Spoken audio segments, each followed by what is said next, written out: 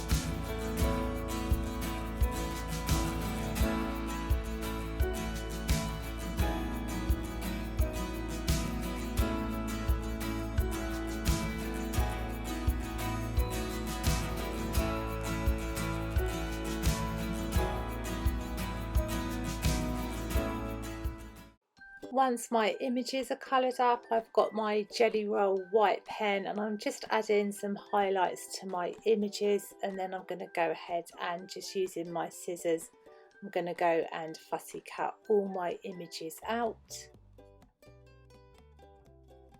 Once they're all cut out, I'm going to place them on my card just to get a rough idea of where they're all going to go, and then I'm going to go and stamp my sentiment.